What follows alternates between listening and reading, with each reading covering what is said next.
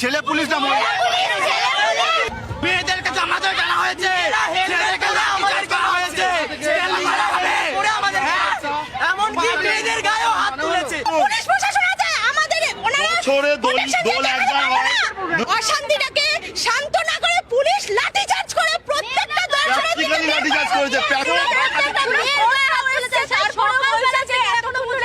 তারপরে লাঠিচার্জ করছে কেন? মেয়েদের গায়ে হাত তুলছে কেন? যে ধর্ম কর্ম ভগবান পুরোহিতের কি একার? উনি যদি কাল অমাবস্যা আনতে পারেন আমরা আবার কাল আসবো।